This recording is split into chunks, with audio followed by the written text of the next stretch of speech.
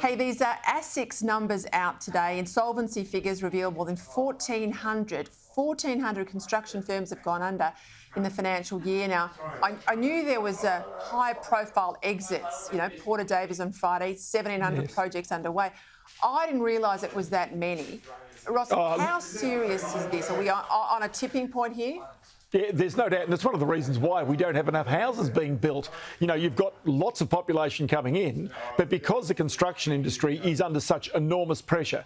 Now, a part of it goes back in history where they were bidding for, if you like, contracts on a fixed price. And then, of course, there were labour shortages, there was the cost of materials, went through the roof. And so as a result, they simply couldn't build and finish these projects and still make a profit. So this is the reason why so many are going broke, but it underscores another problem. If you've got a shortage of housing being built right now, the seeds are being sown for the next property boom. You've got the Reserve Bank sort of either at peak interest rates or pretty close.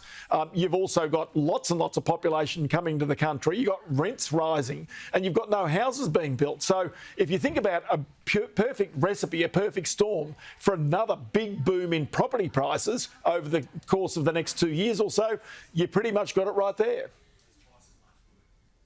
Well, what about commercial property, though? Because, Melbourne statistics out yesterday, only 8% of Melbourne workers are back in the office 5 days a week. So how does a CBD recover? What do you do with all of that office space? Businesses arguably don't need it anymore.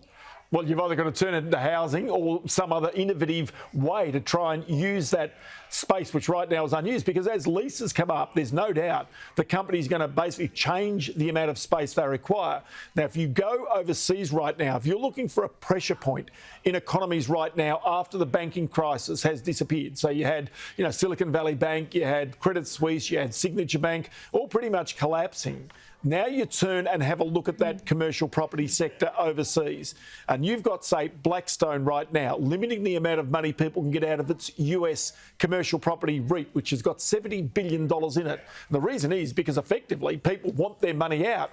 Now, this is going back to the shades of the 1990s, the early 1990s, when unlisted property trusts here really caused big problems for banks. And so many people are now saying, with interest rates so high, with a real worry and nervousness about where the next thing might emerge that causes problems for global economies, that's the one to watch out for. It is office space in our capital cities, and in particular in the United States and Europe, where the pressure points might first show themselves out.